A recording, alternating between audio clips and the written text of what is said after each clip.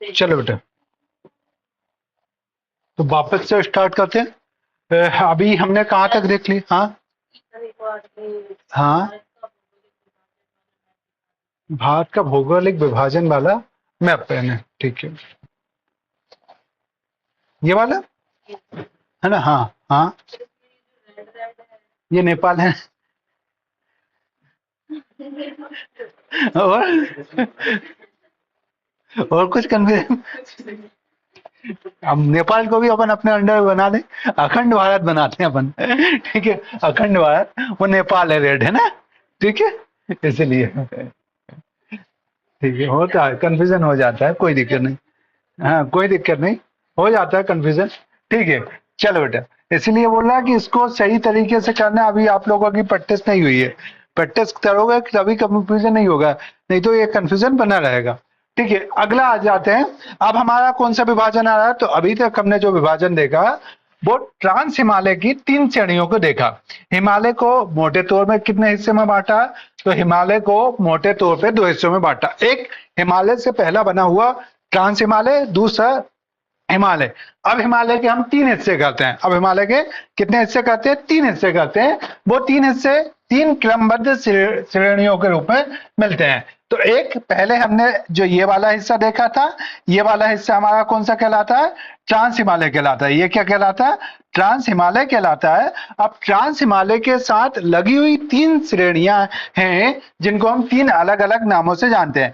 एक सबसे मेन श्रेणी, सबसे मुख्य श्रेणी, उसको बृहद हिमालय, महान हिमालय या हिमाद्री या हिमाचल श्रेणी के नाम से जानते हैं। तो ये एक्चुअल में मुख्य जो श्रेणी है वो ये श्रेणी है। तो इसको किस नाम से जानते हैं? तो इसके 4 नाम होते हैं, है ना? ये चारों एक ही चीज को रिप्रेजेंट करते हैं, हिमालय की मुख्य श्रेणी। हिमालय की मुख्य श्रेणी, तो हिमालय की मुख्य श्रेणी को हम किस रूप में जानते हैं?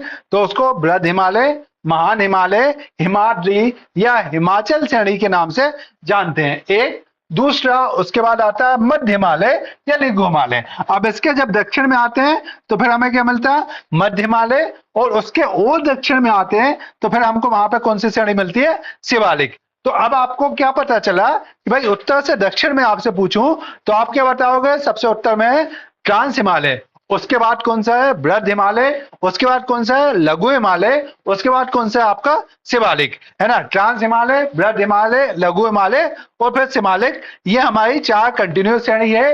इस श्रेणी में हम अब किसको देख रहे हैं? बृहद हिमालय को देख रहे हैं। हम किसको देख रहे हैं? बृहद हिमालय को देख रहे हैं। तो अब हम यहाँ पे चलेंगे, बृहद हिमालय क्या है, बृहद हिमालय के अंदर कौन कौन सी पर्वत चोटियां हैं, कौन कौन सी चीजें बृहद हिमालय में शामिल होती है। तो आप ये देखोगे, जैसा कि नाम से ही प्रतीक हो रहा है। क्या प्रतीक हो रहा है? तो सबसे पहला तो ये बात कि ये ट्रांस हिमालय के दक्षिण में है ना? ये किसके दक्षिण में? ट्रांस हिमालय के दक्षिण में है। ये जो है वो हिमालय की सबसे प्रमुख श्रेणी के रूप में जाना जाता है। किसके रूप में जाना जाता है? सबसे प्रमुख श्रेणी के रूप में जाना जाता है। अब इसको एक एक करके अपन देखने का प्रयास करेंगे कि इसके अंदर कौन कौन सी चीजें आती हैं। तो हमने क्या देखा? महान हिमालय, यहाँ पे देख रहे हैं। महान हिमालय के अंदर बहुत सारी पर्वत श्रृंखलाएं, पर्वत जो है वो हमें दिखाएंगे। उसके अंदर बहुत सारी पर्वत चोटियां भी देखेंगे। तो हम महान हिमालय को तो पढ़ेंगे, उससे पहले महान हिमालय और टोटल हिमालय में कुछ कुछ पर्वत श्रृंखलाएं हैं। आप सबने अपने अपने मैप लेके आए हो तो उसमें इनको लोकेट कर लो, है ना? मतलब इसको मैं आगे की तरफ बताऊंगा, आपको इनको पढ़ना भी है, लेकिन एक लोकेट कर लो, उत्तर से दक्षिण में, पूर्व से पश्चिम में। मैप लेके क्यों नहीं आए भैया आप लोग? कल बोला था ना, हम बोल लो कल आए नहीं थे, है ना? बोल लो कल नहीं आए थे। मैंने कल बोला था मैप लेके आना, इसमें जितना मैपिंग होगी उतना ज्यादा बेहतर होगा इन्हें। ठीक है, तो अभी हम क्या करते हैं,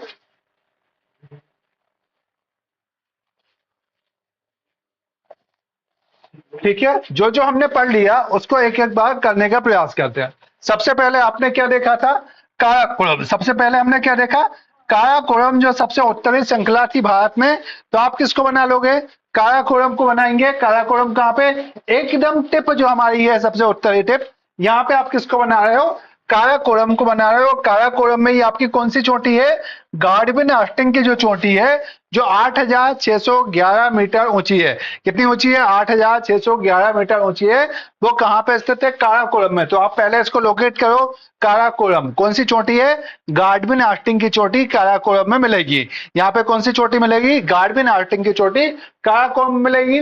काराकोरम के बाद, काराकोरम से दक्षिण की तरफ जा रहे थे तो हमें क्या मिल रहा था, लद्दाख। काराकोरम के बाद कौन सा, ये लद्दाख को थोड़ा यहाँ पे करेंगे। काराकोरम के बाद कौन सी चोटी मिल रही है, मतलब कौन सी पर्वत श्रृंखला मिल रही है, तो वो आपकी मिल रही है लद्दाख। वो किसकी मिल रही है, लद्दाख। तो लद्दाख को आपको बताओगे।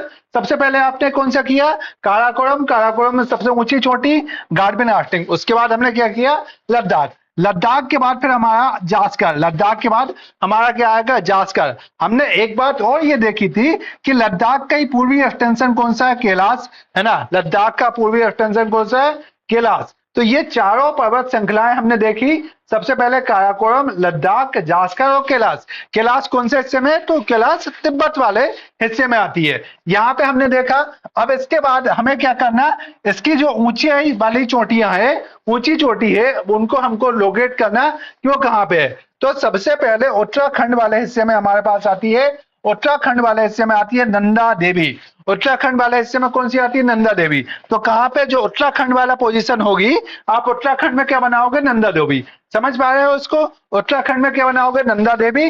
कितनी ऊंचाई है, तो इसके 7,816 मीटर। 7,816 मीटर आप इसको रखोगे। उसके बाद अगर हम देखेंगे, है ना, 60,816 मीटर। उसके बाद हम क्या लिखेंगे, धौलागिरी। उसके बाद आप किसको लिख रहे हो, धौलागिरी। धौलागिरी कहां पे है, तो ये नेपाल में है। धौलागिरी कौन से वाले हिस्से में होगी, नेपाल में। अब ये नेपाल में कम से श्रृंखला है। नेपाल में धौलागिरी 8,172 मीटर, है ना। नेपाल में धौलागिरी 8,172 मीटर। उसके बाद अन्नपूर्णा। उसके बाद कौन सा आता, अन्नपूर्णा। अन्नपूर्णा कितनी है, तो ये 8,078 मीटर। अन्नपूर्णा कितनी है, 8,078 मीटर की अन्नपूर्णा है। अन्नपूर्णा के बाद आपकी माउंट एवरेस्ट। अन्नपूर्णा के बाद कौन सी आएगी, माउंट एवरेस्ट। माउंट एवरेस्ट कितना है, तो 8,848 मीटर। माउंट एवरेस्ट कितना, 8,848 मीटर। उसके बाद आपकी कौन सी है, मकालू। मकालू कौन सी कितनी है, तो मकालू में आप लिखेंगे 8,441 मीटर, है ना, 8,441 मीटर। उसके बाद आप देखेंगे तो भारत और मतलब सिक्किम और नेपाल की बॉर्डर पे, कौन सी, सिक्किम और नेपाल की बॉर्डर पे कौन सी चोटी मिलेगी, कंचनजंगा। कौन सी चोटी मिलेगी, कंचनजंगा। ये कितनी है, 8,598 मीटर, है ना, 8,598 मीटर। ठीक है। उसके बाद और आगे आप बढ़ेंगे तो ये अरुणाचल प्रदेश वाले स्थिति पे जाना, है ना। कौन सा, अरुणाचल प्रदेश में आप देखोगे, ये अरुणाचल प्रदेश में आपको दिख रही होगी। तो यहाँ पे आपको दिखेगा नामचा बरवा। यहाँ पे आपको क्या दिखेगा, नामचा बरवा। ये कितना है, 7,758 मीटर। कितनी ऊंची है, 7,758 मीटर। तो ये हमारा टोटल श्रेणियां जो थी, इसको हमने लोकेट किया। हाँ, क्या, मेकालू की हाइट 8,881, 8481, है ना। नीचे में एक बार और लिखवा भी दूंगा अभी आगे चल के। अभी आप क्या, हाँ, 8,481, 8,481। हाँ, ये सारी की सारी जो चोटियां हैं, ये किसमें स्थित है, जो हम पढ़ना चालू कर रहे हैं, किसको, महान हिमालय या बृहद हिमालय या हिमाद्री। ये सारी की सारी चोटियां किसमें स्थित है, ये सारी की सारी चोटियां महान हिमालय में स्थित है। बात समझे, तो सारी चोटियां जो है वो महान हिमालय में स्थित होंगी। ठीक है। अब इसको हम यहाँ पे देखते हैं। तो आगे लिख लिया बेटा आप सभी ने, है ना। अब आगे मतलब इनको और क्रम से मैं अभी बताऊंगा। ठीक है। अब आगे चलते हैं, एक एक क्या क्या, बृहद हिमालय। तो बृहद हिमालय हमने क्या देखा कि हिमालय पर्वत की उत्तरी श्रेणी है, मतलब ट्रांस हिमालय के बाद में। वैसे जो हिमालय मुख्य जो है, जिसमें आपके कौन से, बृहद हिमालय, लघु हिमालय और शिवालिक है, तो उनमें ये सबसे उत्तरी श्रेणी है। लंबाई कितनी है, तो लगभग 2500 किलोमीटर की लंबाई है। कितनी लंबाई है इसके, 2500 किलोमीटर के आसपास लंबाई है। औसत ऊंचाई इसके 6,000 किलोमीटर के आसपास है। कितनी औसत ऊंचाई है, तो 6,000 किलोमीटर के आसपास औसत ऊंचाई है। औसत चौड़ाई लगभग 2500 किलोमीटर है। तो ये हमने क्या देखा, है ना, ये हमने क्या देखा कि इसकी लंबाई, चौड़ाई और ऊंचाई कितनी है। तो इसकी लंबाई 2500 किलोमीटर, ऊंचाई 6,000 मतलब 6 किलोमीटर और चौड़ाई 25 किलोमीटर। अब अगर हम देखें तो ये कहां से, अच्छा एक बात और इसमें ढेलना कि ये एग्जैक्ट अगर हम देखें तो इसका शुरुआत कहां पे होती है, तो जो ट्रांस हिमालय के पास में एक पर्वत है जिसको हम नंगा पर्वत बोलते हैं, ये एग्जैक्ट वहां से चालू होता है। कहां पर, तो जम्मू कश्मीर में। आपने अगर इसमें लोकेट किया होगा तो यहाँ पे आप देख रहे होंगे नांगा पर्वत। ये नांगा जो पर्वत है ये कहां पे आता है, तो ये वाले हिस्से में आता है ना, कहां पे, जम्मू कश्मीर में। किसके नीचे आएगा, काराकोरम, लद्दाख, जास्कर के नीचे जो होता है, यहां से चालू होता है। तो नागा पर्वत से ये चालू होती है और कहां तक जाता है, नामचा बर्फा। क्या देख रहे हो, कहां से प्रारंभ होता है, तो नागा पर्वत से प्रारंभ होकर नामचा बर्फा तक इसका विस्तार हमें देखने को मिलता है। और ये विस्तार हमें कुछ ऐसा मिल रहा है ना, ये विस्तार हमें किस शेप में मिल रहा है, तो ये इस शेप में हमें मिल रहा है ना। एक प्रकार से धनुष का जो तीर होता है वैसे हमें कुछ इसका वो शेप मिल रहा है ना। तो ये हमारा इसका शेप मिलता है। आगे जब हम देखेंगे तो यहां से ये टर्न लेता है और यहां पे भी ये इस प्रकार से टर्न लेता है। तो आपने क्या देखा कि यहां से नामचा बर्फा से एक टर्न लेता है, दूसरा टर्न कहां से लेता है, नागा पर्वत से लेता है। इसका भारत में विस्तार नागा पर्वत से नामचा बर्फा के बीच में माना जाता है। तो भारत में विस्तार कहां से, तो नागा पर्वत से नामचा बर्फा के बीच में इसका विस्तार माना जाता है। ये बात हमने यहाँ पे देखी, नागा पर्वत से नामचा बर्फा के बीच में इसका विस्तार माना जाता है। ठीक है, अगर हम देखें तो इसमें ऊंची चोटियां जो मैं आपको पहले ही दिखा चुका हूं कि ऊंची चोटियां कौन कौन सी है। तो इसमें ऊंची चोटियां जो है वो माउंट एवरेस्ट है, कंचनजंगा है, मकालू है, नंगा पर्वत है, या नागा पर्वत, नंदा देवी है। यह इसकी क्या सबसे ऊंची चोटियां। सारी ऊंची चोटियां किसमें स्थित है, तो सारी ऊंची चोटियां जो स्थित है वो आपके बृहद हिमालय में स्थित है। सारी ऊंची चोटियां किसमें स्थित है, तो सारी ऊंची चोटियां बृहद हिमालय श्रेणी में स्थित है। अब जो माउंट एवरेस्ट है वो इसमें क्या है, सबसे ऊंची चोटी है। माउंट एवरेस्ट की ऊंचाई कितनी है, 8,848 मीटर। माउंट एवरेस्ट की ऊंचाई कितनी है, तो 8,848 मीटर है। और माउंट एवरेस्ट को अगर हम बोले तो नेपाल में इसको सागर माथा बोलते हैं। माउंट एवरेस्ट को नेपाल में किस नाम से जानते हैं, तो माउंट एवरेस्ट को नेपाल में सागर माथा के नाम से जाना जाता है।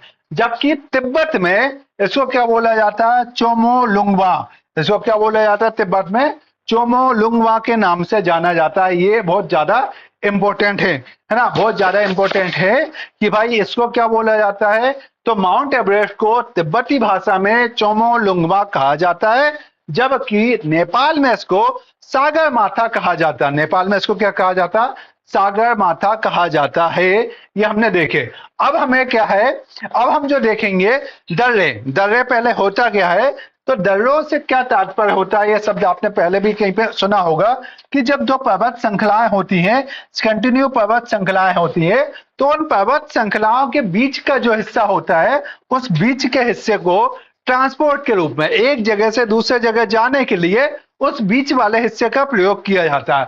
जैसे दो पर्वत श्रृंखलाएं हैं, इनके बीच में जो हिस्सा है उसको पर्वत यातायात के लिए प्रयोग किया जाता है। तो ये बीच वाला जो हिस्सा है इसको सामान्य भाषा में जब उसका प्रयोग यातायात में होता है तो क्या बोलते हैं, दर्रे। तो यहाँ पे इस श्रृंखला में हमें कई सारे दर्रे मिलते हैं। हमने क्या देखा कि महान हिमालय जो श्रृंखला है, महान हिमालय में हमको कई सारे दर्रे मिलेंगे।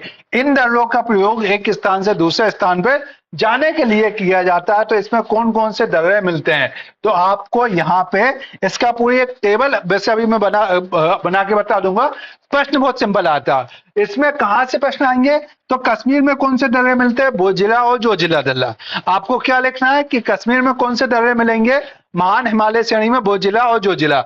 आपका प्रश्न आता है कि बोजिला जो दर्रा है या बोजिल जो दर्रा है वो किस श्रेणी में स्थित है, तो महान हिमालय की श्रेणी में स्थित है। एक बात, किस राज्य में स्थित है, तो ये जो है वो कश्मीर राज्य के अंदर स्थित है। कौन से राज्य में स्थित है, कश्मीर राज्य में स्थित है। हिमाचल प्रदेश में कौन सा दर्रा है, तो हिमाचल प्रदेश में बड़ा लाचा है ना, बड़ा लाचा दर्रा, चला दर्रा और सिपकिला दर्रा है ना। बड़ा लाचा दर्रा एक बात, उसके अलावा कौन सा दर्रा, सिपकिला दर्रा। तो यहाँ पे आप क्या लिखेंगे, हिमाचल प्रदेश में। तो हिमाचल प्रदेश में जो दर्रे होंगे ये केवल आपको रट्टा मारना है, बड़ा लाचा है ना। बड़ा लाचा कहाँ पे होगा, हिमाचल प्रदेश में। और सिपकिला जो दर्रा होगा, ये सिपकिला दर्रा कहाँ पे होगा, ये भी हिमाचल प्रदेश में होगा। तो आपको केवल इसमें पूछने प्रश्न आएगा भाई सिपकला दर्रा कहाँ पे है, तो सिपकला दर्रा जो है वो भी आपका हिमाचल प्रदेश में होगा।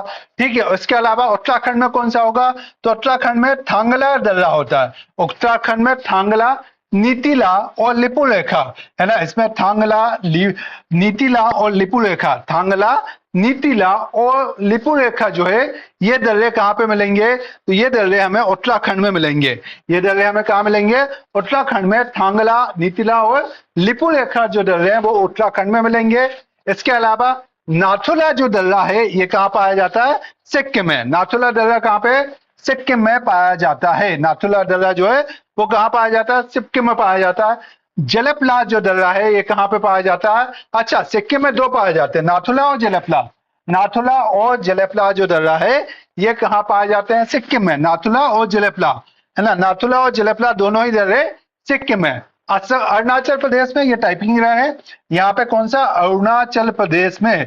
अरुणाचल प्रदेश में जो दर्रे मिलते हैं वो बोमडिला, बुमला, टुंगला और पुमंग, है ना। कौन कौन से दर्रे, तो बोमडिला, बुमला, टुंगला और पुमंग दर्रे ये कहाँ पे पाए जाएंगे, ये जो दर्रे हैं वो आपके कहाँ पाए जाते हैं, अरुणाचल प्रदेश में। ठीक है, ये क्या है, एक प्रकार से, है ना, ये एग्जाम में सीधे सीधे जोड़ी मिलाने को आते हैं, दर्रे वाले प्रश्न और घाटी वाले प्रश्न। घाटी भी अभी हम देखेंगे, तो दर्रे वाले प्रश्न और घाटी वाले प्रश्न एग्जाम में सीधे सीधे आते हैं, तो आपको पता होना चाहिए। ठीक है, तो यहाँ पे एक बार मेरे साथ बताएंगे, कश्मीर में कौन सा, बोजिला और जोजिला। कश्मीर में कौन सा, बोजिला और जोजिला। हिमाचल प्रदेश में कौन सा, बड़ा लाचा। हिमाचल प्रदेश में बड़ा लाचा और सिपकला। उत्तराखंड में कौन सा, थांगला, नीतिला, लिपुलेखा। उत्तराखंड में कौन सा, थांगला, नीतिला और लिपुलेखा। सिक्किम में कौन सा, नाथुला और जलेपला। सिक्किम में कौन सा, नाथुला, जलेपला। अरुणाचल प्रदेश में कौन सा, बोमडुला, बुमला, टुंगला और आपका पुमंग, है ना, पुंगम। ये सारे दर्रे कहाँ पे पाए जाएंगे, अरुणाचल प्रदेश में। बात क्लियर हुई आपको। ठीक है, इनको एक बार लिख लेंगे आप फटाफट, तो अपन फिर आगे बढ़ेंगे। ठीक है,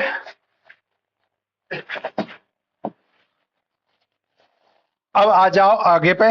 तो हमारा ये तो कौन सा था, महान हिमालय, है ना, ये तो कौन सा था, महान हिमालय। अब महान हिमालय के बाद अगला हिमालय कौन सा आता है, महान हिमालय के दक्षिण में। महान हिमालय के दक्षिण में जो हिमालय आता है उसको हम क्या बोलते हैं, उसको जो बोलते हैं वो लघु हिमालय या मध्य हिमालय के नाम से जानते हैं। तो अब आप हेडिंग क्या डालोगे, लघु हिमालय और या मध्य हिमालय। अब आप हेडिंग क्या डालोगे, लघु हिमालय या मध्य हिमालय। ये कहाँ पे पाया जाता है, तो इसे हिमाचल श्रेणी भी बोलते हैं। ये महान हिमालय के दक्षिण में स्थित है। ये कहाँ पे स्थित है, तो महान हिमालय के दक्षिण में स्थित है। इसकी ऊंचाई 3700 से 4000, है ना, 3700 से 4500 मीटर है। इसकी ऊंचाई कितनी है, तो 3700 से 4500 मीटर के आसपास इसकी ऊंचाई होती है। औसत चौड़ाई कितनी है, तो 80 किलोमीटर की इसकी औसत चौड़ाई होती है। कितनी चौड़ाई होती है, 80 किलोमीटर की इसकी चौड़ाई होती है। तो ये हमने देखा मध्य हिमालय या लघु हिमालय को देखा।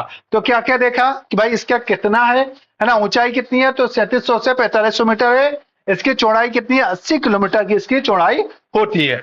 अब आपको थोड़ा सा ध्यान रखना है क्या, तो कुछ पर्वत श्रृंखला हैं जो कहां पे स्थित है, जो पर्वत श्रृंखला आपके मध्य हिमालय में स्थित है, उनका नाम पहले पढ़ेंगे फिर अपन इनको लोकेट करेंगे। कौन कौन सी, पीर पंजा, धौलाधार, नाग टिब्बा, मसूरी, महाभारत। पहले तो इनका आप नाम लिख लीजिए, कौन कौन सी है, पीर पंजार है, धौलाधार है, नाग टिब्बा है, मसूरी है और महाभारत। ये पांचों पर्वत श्रृंखलाएं हैं। ये क्या है, 5 पर्वत श्रृंखलाएं हैं। ये पांचों पर्वत श्रृंखलाएं किसमें स्थित है, ये है ना, पीर पंजा, धौलाधार, नाग टिब्बा, मसूरी।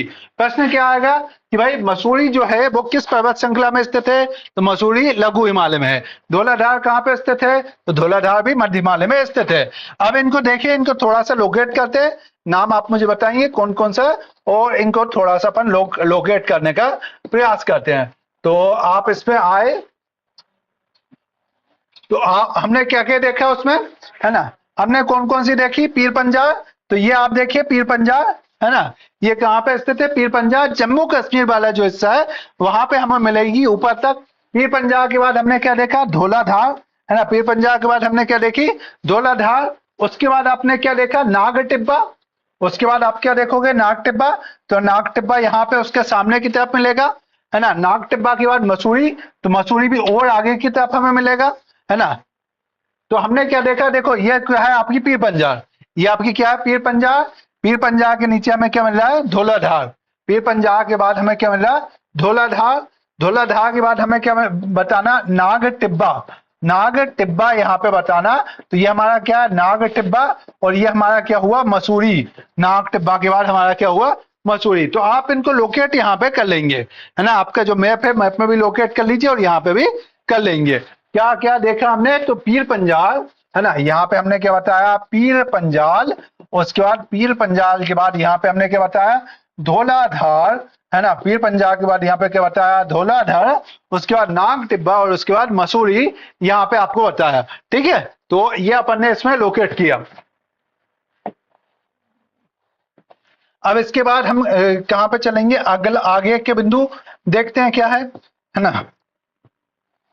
हाँ, अब इसमें पर्यटन स्थान कई सारे, है ना। कई सारे जो पर्यटन स्थान है वो भी आपकी कौन सी श्रेणी में आते हैं, जो पर्यटन स्थान है ये भी मध्य हिमालय वाली पर्वत श्रेणी में आते हैं, जिनमें शिमला, डलहौजी, मसूरी, रानीखेत, नैनीताल और दार्जिलिंग, है ना। कौन कौन से, शिमला, डलहौजी, मसूरी, रानीखेत, नैनीताल और दार्जिलिंग, ये सारे के सारे पर्यटन स्थान किस में आते हैं, मध्य हिमालय में आते हैं। ये सारे पर्यटन स्थल किस में आते हैं, मध्य हिमालय के अंदर आने वाले पर्यटन स्थल कहलाते हैं। मध्य हिमालय में पर्यटन स्थल आते हैं, तो शिमला, डलहौजी, मसूरी, रानीखेत, नैनीताल और दार्जिलिंग, है ना। ये सारे के सारे पर्यटन स्थल किसके हैं, वो आपके मध्य हिमालय में ही आएंगे, है ना। पहला आपका शिमला, फिर आपका डलहौजी, फिर आपका मसूरी, फिर रानीखेत, फिर आपका नैनीताल और फिर आपका कौन सा आता है, दार्जिलिंग। फिर कौन सा आता, दार्जिलिंग। ये सारे के सारे किसमें आएंगे, मध्य हिमालय या लघु हिमालय के अंदर आएंगे।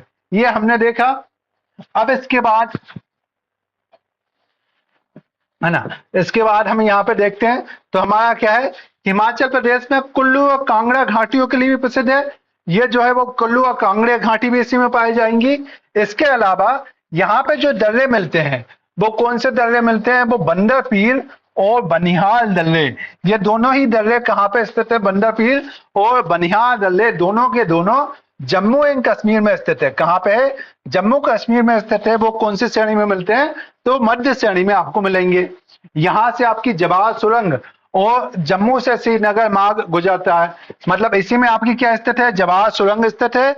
जवाहर सुरंग से जम्मू से श्रीनगर जाने का मार्ग गुजरता है। जम्मू से श्रीनगर जाने का मार्ग कहां से गुजरता है, जवाहर सुरंग से गुजरता है। ठीक है। अब इसमें जो ढलान वाले जो एरिया होते हैं, मतलब जो ढलान होता है, इस ढलानों पर पूर्णधारी वन पाए जाते हैं और छोटे छोटे घास के मैदान पाए जाते हैं। ये जो ढलान है इन पर पूर्णधारी वन और छोटे छोटे घास के मैदान पाए जाते हैं। इनको कश्मीर में हम मग के नाम से, कश्मीर में हम किस नाम से, मग नाम से, अर्थात सोनमर्ग, गुलमर्ग, ये कहाँ पे पाए जाएंगे, ये भी मध्य हिमालय में पाए जाएंगे।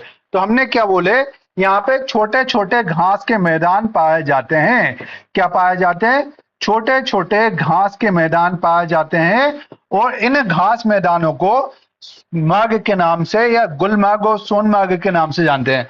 किस नाम से, गुलमर्ग, सोनमर्ग के नाम से जानते हैं। उत्तराखंड में इनको बुग्याल या पयार के नाम से जानते हैं। आगे आप क्या लिखेंगे, इनमें उत्तराखंड में इसको क्या नाम से जानते हैं, बुग्याल या पयार के नाम से जानते हैं। जबकि, है ना, इनको देहरादून मतलब मध्यवर्गीय भागों में द्वार और दून के नाम से भी जानते हैं। देहरादून, कोठाई दून, पतली दून के नाम से जानते हैं। तो आपको क्या लिखना है कि कश्मीर में मग पाए जाते हैं, उत्तराखंड में बुग्याल या पयार, और मध्यवर्ती भागों में द्वार या दून पाए जाते हैं। ये बात हमने यहाँ पे देखी। तो इनको थोड़ा सा हम याद रखेंगे।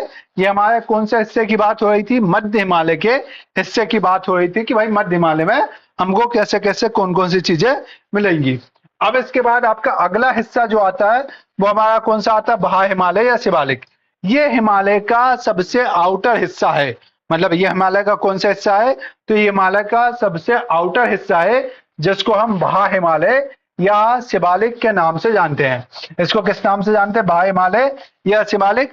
पहला पॉइंट इसमें आ गया, ये हिमालय की सबसे दक्षिणी श्रेणी है। पहला पॉइंट क्या आएगा, ये हिमालय की सबसे दक्षिणी श्रेणी है।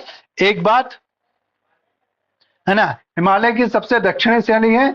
औसत ऊंचाई 900 से 1200 मीटर है ना। औसत ऊंचाई कितनी है, तो 900 से 1200 मीटर है।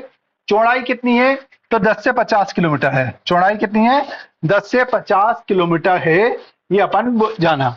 इसको अलग अलग नाम से भी जानते हैं। कौन कौन से नाम, तो ढूंढवा श्रेणी और चुरमुरिया श्रेणी, चुरिया मुरिया श्रेणी, है ना। इसको किस नाम से जानते हैं, तो ढूंढवा श्रेणी और चुरिया मुरिया श्रेणी के नाम से भी जाना जाता है। ठीक है, इसको ढूंढवा श्रेणी और चुरिया मुरिया श्रेणी के नाम से भी जानते हैं। ये हमारा कौन सा हुआ, बाह्य हिमालय या शिवालिक। बाह्य हिमालय या शिवालिक के नाम से इनको जानते हैं। अब इसमें हम क्या देखें कि इसका जो शिवालिक है, शिवालिक को जम्मू पहाड़ियों, मतलब जम्मू में इसको क्या बोलते हैं, जम्मू पहाड़ी। शिवालिक का जो अरुणाचल प्रदेश में स्कोप है, अरुणाचल प्रदेश में जो इसकी पहाड़ियां होती हैं वो है डफला, मिरी, अबोर और मिसमी, है ना। इनके नाम आप याद रखेंगे कि अरुणाचल प्रदेश में यहाँ से कौन कौन सी यहाँ है अरुणाचल प्रदेश में। तो अरुणाचल प्रदेश में यहाँ से डाफला श्रेणी, मिरी अबोर, डाफला, मिरी अबोर और मिसमी, डाफला, मिरी अबोर और मिसमी श्रेणियां यहाँ से पाई जाती हैं। ठीक है, डाफला, मिरी, अबोर और मिसमी पहाड़ियां इसमें पाई जाती है। चार नाम आपको यहाँ पे याद रखना है। डाफला का याद रखना है, मिरी का याद रखना, अबोर का याद रखना और मिसमी का आपको यहाँ पे याद रखना है। डाफला, मिरी, अबोर और मिसमी। ठीक है, चलिए अब आते हैं हम यहाँ पे तो ये हमारा हुआ। अब इसको थोड़ा सा मैप पे अपन समझ लेते हैं। इन सब चीजों को जो जो अपन ने देखा है उसको मैप पे समझ लेते हैं कि भाई ये कहाँ पे मैप में क्या क्या चीजें होंगी।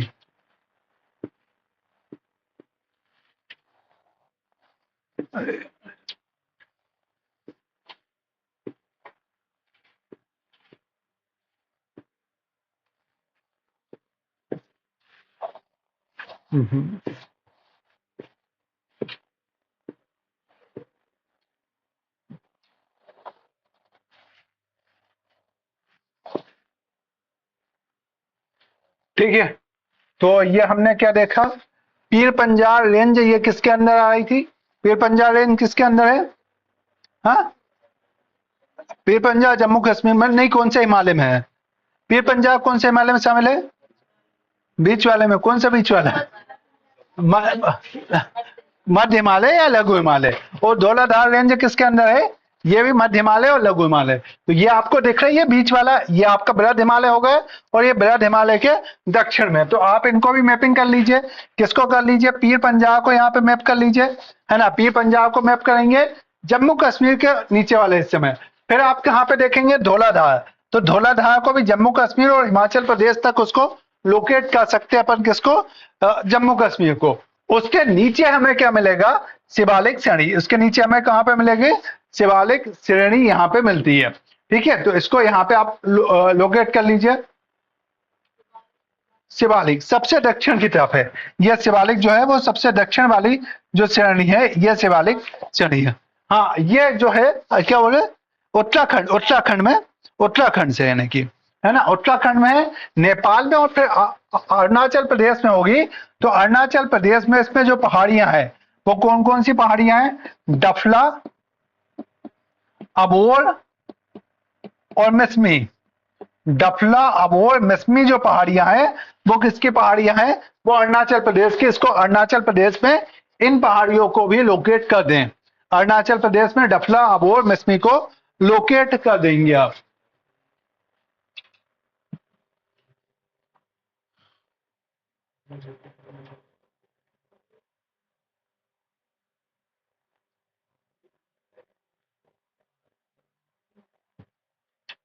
ठीक है, तो ये अपना हुआ। अब इसके बाद वापस से आते हैं। तो ये तो हिमालय का विभाजन था। ये विभाजन इसको क्या बोलते हैं, हिमालय का भौगोलिक विभाजन। ट्रांस हिमालय, बृहद हिमालय, लघु हिमालय, शिवालिक को किस नाम से जानते हैं, तो ये हिमालय का भौगोलिक विभाजन था कि हिमालय में कौन कौन से भौगोलिक हिस्से हैं, भौगोलिक आधार पर उनको कैसे हिस्से में बांटा जाता। अब आता है आपका हिमालय का अगला विभाजन, इसको क्या बोलते हैं, हिमालय का प्रादेशिक विभाजन, कि हिमालय का विस्तार कौन कौन से प्रदेश में है? तो प्रदेशों में वर्गीकरण के आधार पर हिमालय को प्रादेशिक विभाजन में बांटा जाता है। मतलब हिमालय किन किन प्रदेशों में विस्तारित किया गया है। तो प्रादेशिक विभाजन में हिमालय के 4 विभाजन आते हैं। पहला विभाजन आता है पंजाब हिमालय, पहला उसमें आता है पंजाब हिमालय, ठीक है। पंजाब हिमालय के बाद उसके अंदर आता है आपका कुमायूं हिमालय, उसके बाद आपका आता है वहां पे कुमायूं हिमालय, उसके बाद आपका जो आएगा वो नेपाल हिमालय और असम हिमालय। इसको थोड़ा सा समझ लीजिए। समझ क्या लेना है कि भाई हिमालय का जिस राज्य में जिस क्षेत्र में फैलाव होगा उसके आधार पर उसको एक नाम दे दिया जाता। कैसे? तो आप इसमें पहले लिखेंगे पंजाब हिमालय। पहले क्या लिखेंगे? पंजाब हिमालय। पंजाब हिमालय किन नदियों के बीच में है? तो सिंधु और सतलज नदियों के बीच में है। केवल आप इतना लिख लीजिए पंजाब हिमालय और उसके बाद नदी लिख लीजिए, क्योंकि इसमें मेन आती है किस नदी के बीच में है। तो पंजाब हिमालय जो है वो आपका सिंधु और सतलज नदी के बीच के हिस्से को हम पंजाब हिमालय के नाम से जानते हैं। एक बात।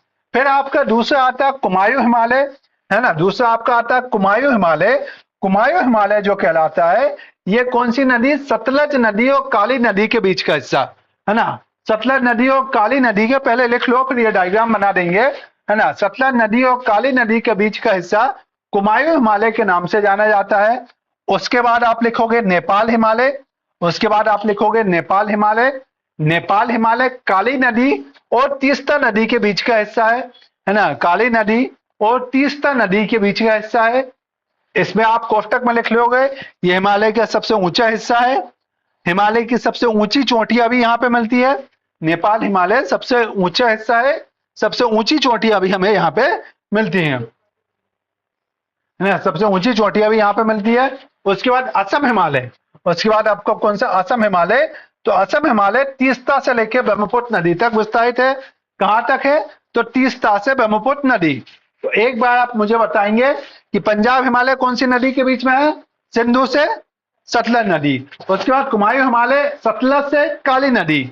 उसके बाद नेपाल हिमालय काली से तीस्ता नदी। उसके बाद असम हिमालय तीस्ता से ब्रह्मपुत्र नदी के बीच में है। अब आप ये डायग्राम को एक बार बना लें, है ना। ये डायग्राम जो है तो हिमालय का प्रादेशिक विभाजन वाला जो डायग्राम रहेगा, इस डायग्राम को आप एक बार बना लीजिए, है ना। एक बार ये डायग्राम बनाइए, दिख रहा है ना। इस डायग्राम को बना लो एक बार, ताकि आपको याद रहे। पंजाब कुमायूं नेपाल असम हिमालय।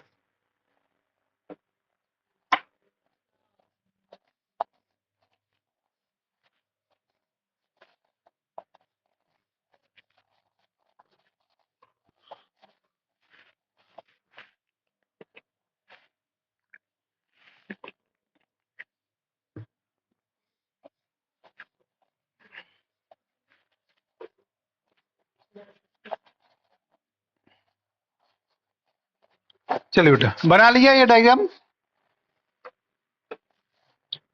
बन गया, बना हुआ।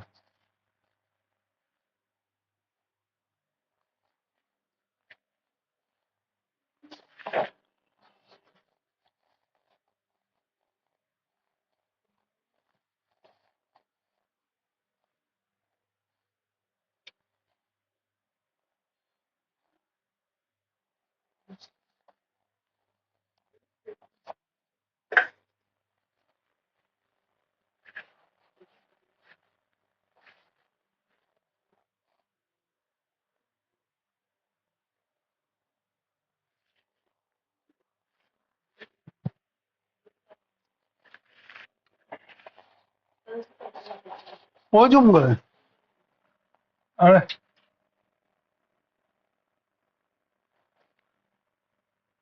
एक मिनट, ठीक है दिख रहा है ना।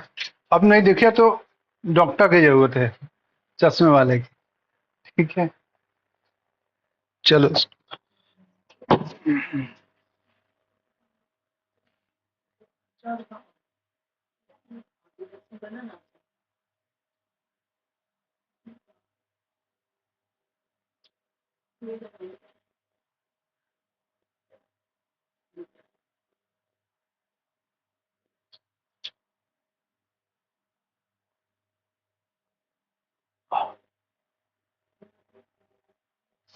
ठीक है, होगा।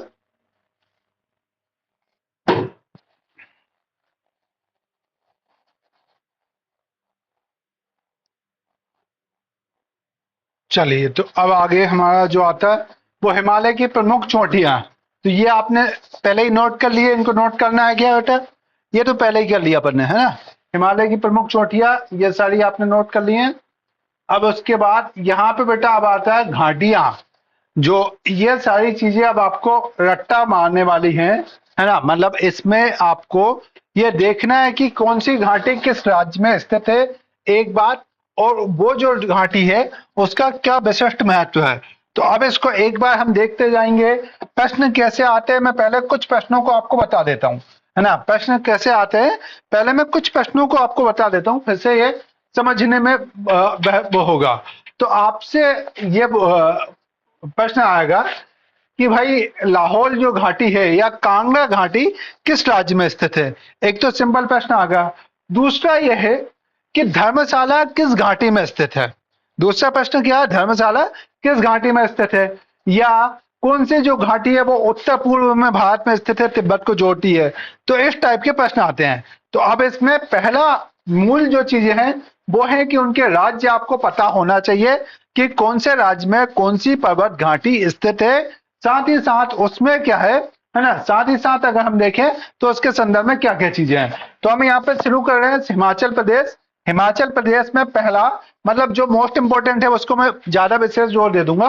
पहला आप लिखेंगे कांगड़ा घाटी, है ना, कांगड़ा घाटी। और ये मेन क्यों प्रसिद्ध है, क्योंकि यहाँ पे क्या है, धर्मशाला है ना। कौन है, धर्मशाला, जिनमें तिब्बती धर्मगुरु जो दलाई लामा है उनका निवास स्थान है। तो एक बात हमने कौन सी देखी हिमाचल प्रदेश में, तो हिमाचल प्रदेश में कांगड़ा घाटी।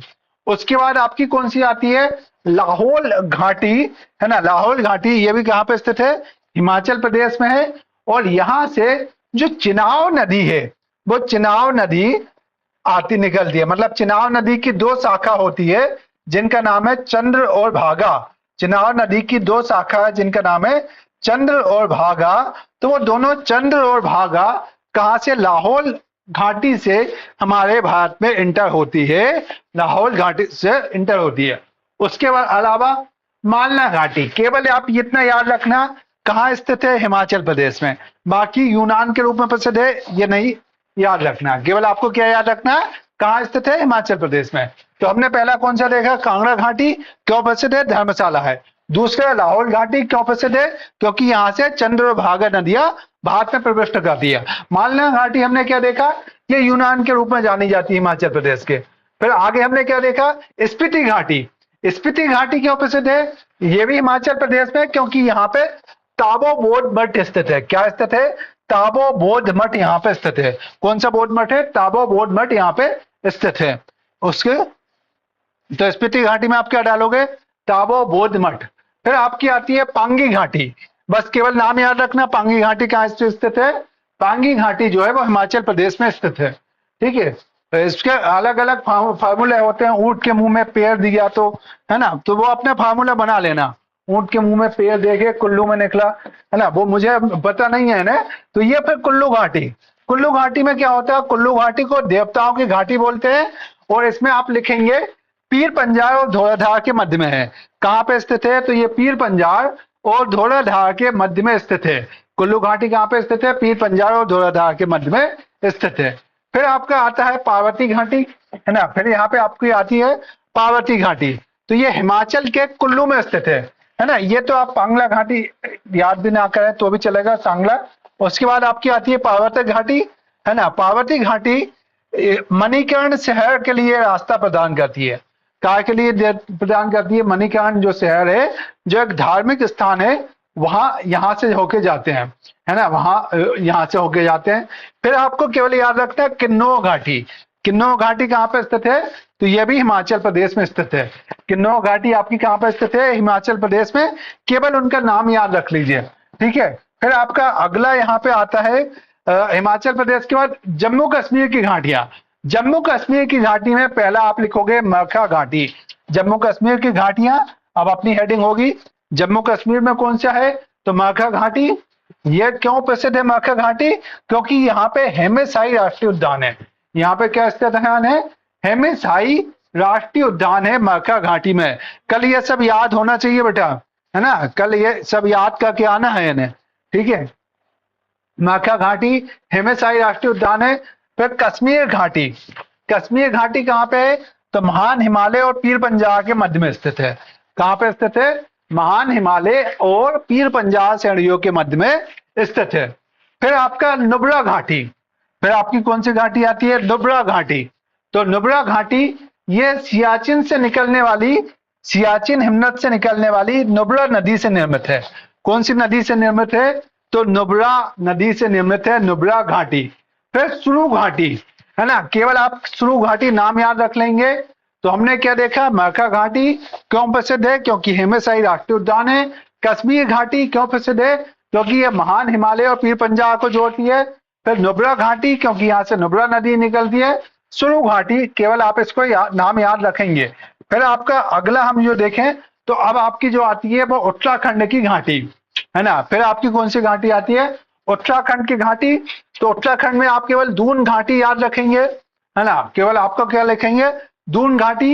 ये शिवालिक और लघु हिमालय के मध्य में स्थित है। क्या लिख लेंगे इसमें? ये कहाँ पे स्थित है? शिवालिक और लघु हिमालय के मध्य में स्थित है, ठीक है। ये कौन सी हुई? दून घाटी। उसके बाद हम क्या देखेंगे? जौहर घाटी, केवल नाम लिख लीजिए, डिटेल की जरूरत नहीं है। जौहर घाटी में केवल नाम लिख लेंगे, डिटेल की जरूरत नहीं है। फूलों की घाटी मोस्ट इंपॉर्टेंट है, इसको जरूर लिखेंगे। फूलों की घाटी मोस्ट इंपॉर्टेंट है। फूलों की घाटी कहाँ स्थित है? तो ये चमोली जिले में स्थित है ना। फूलों की घाटी चमोली जिले में स्थित है। यूनेस्को के बायोस्फीयर रिजर्व नेटवर्क में 2004 में शामिल किया गया, है ना। इसको कब शामिल किया गया? तो यूनेस्को के बायोस्फीयर रिजर्व नेटवर्क में 2004 में शामिल किया गया। इसे नंदा देवी नेशनल पार्क भी कहते हैं, या नंदा देवी भी बोलते हैं, केवल इतना लिख लीजिए, नंदा देवी भी कहते हैं, ठीक है। तो फूलों की घाटी मोस्ट इंपोर्टेंट। फिर धर्मा घाटी का केवल नाम लिख लेंगे, धर्मा घाटी में कोई ज्यादा लिखने की जरूरत नहीं है। उसके अलावा अगला सुओ घाटी, केवल नाम लिखेंगे, है ना, सुओ घाटी केवल नाम लिखेंगे। फिर आप लिख लेंगे नेलांग घाटी, है ना। धर्मा घाटी नाम लिखेंगे, सुओ घाटी केवल नाम लिखेंगे, है ना। धर्मा घाटी, फिर आपका सुओ घाटी। फिर आप क्या लिखेंगे? नेलांग घाटी। फिर आप क्या लिखेंगे? नेलांग घाटी। नेलांग घाटी आप लिखेंगे उत्तरकाशी जिले में स्थित है ना। कहाँ पे स्थित है? उत्तरकाशी जिले में स्थित है। 2015 में इसे पर्यटकों के लिए खोल दिया गया। इसे 2015 में पर्यटकों के लिए खोल दिया गया है नेलांग घाटी को।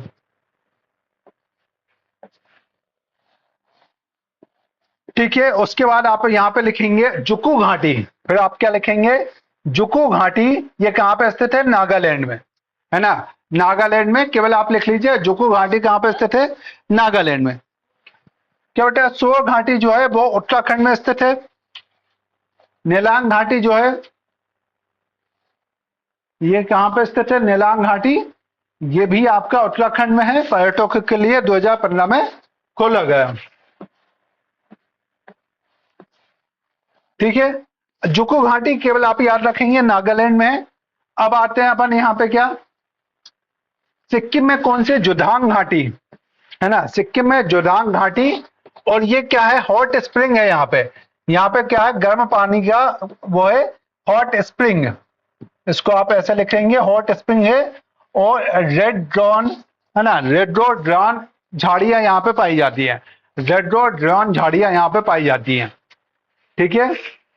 रेड्रोड्रॉन झाड़ियां पाई जाती है हॉट स्प्रिंग के लिए। जोधांग घाटी प्रसिद्ध है। फिर आपका कम्मन घाटी कहाँ पे स्थित है? तमिलनाडु में। कम्मन घाटी कहाँ पे स्थित है?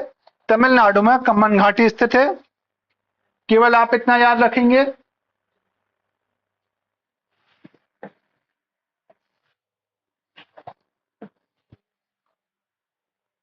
फिर आपका अगला आता है शांत घाटी। फिर आपका कौन सा आता है? शांत घाटी।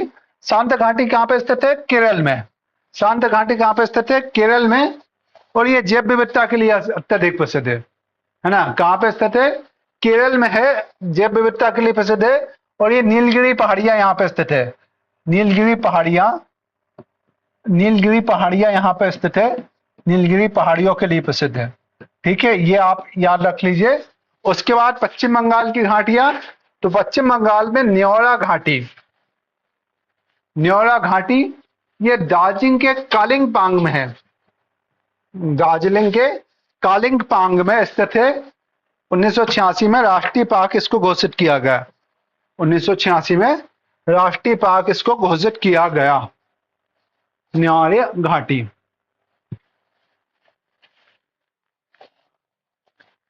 ठीक है, इतना हो गया सभी का।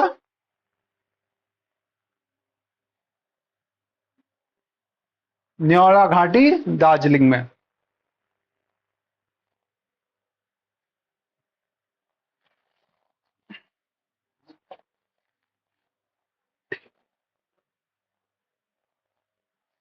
ठीक है, अब आते हैं हिमाचल प्रदेश के हिमालय के दर्रे। हिमालय के दर्रे, ये मेन दर्रे यहाँ पे दिए गए हैं। हिमालय में कौन कौन से दर्रे हैं, तो उन दर्रों की लोकेशन नीचे की तरफ दी है। पहले एक बार आप इनमें से में जो इम्पोर्टेंट है, वैसे तो सारे ही इम्पोर्टेंट है ये वाले, है ना। इसमें जो है हिमालय के दर्रे में काराकोरम, रोहतांग, लाजा, बुल्लेजा, ये सारे ही दर्रे इंपॉर्टेंट। अच्छा, ये की पॉइंट वाले, हाँ ठीक है, तो इनको लिखना चालू कीजिए बेटा, है ना। पहला काराकोरम दर्रा, काराकोरम दर्रा कहाँ स्थित है? लद्दाख में। हिमालय के दर्रे आप पहला लिख लेंगे, काराकोरम दर्रा कहाँ पे है? लद्दाख में स्थित है। यह सर्वाधिक ऊंचाई पर स्थित दर्रा है। क्या लिख लेंगे? यह सर्वाधिक ऊंचाई पर स्थित दर्रा है।